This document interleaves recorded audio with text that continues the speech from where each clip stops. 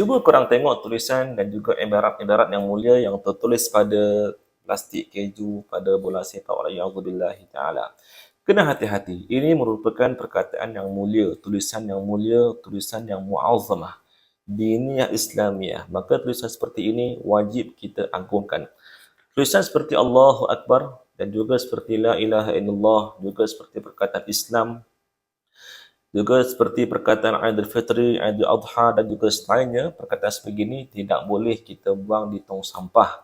Walaupun perkataan ini tertulis pada baju, pada plastik-plastik, makanan yang kita beli, pada sampul raya dan juga selainnya. Jika ada tulisan ataupun ibarat yang mulia seperti ini, maka haram kita buang di tong sampah, tidak boleh kita buang di merata-rata.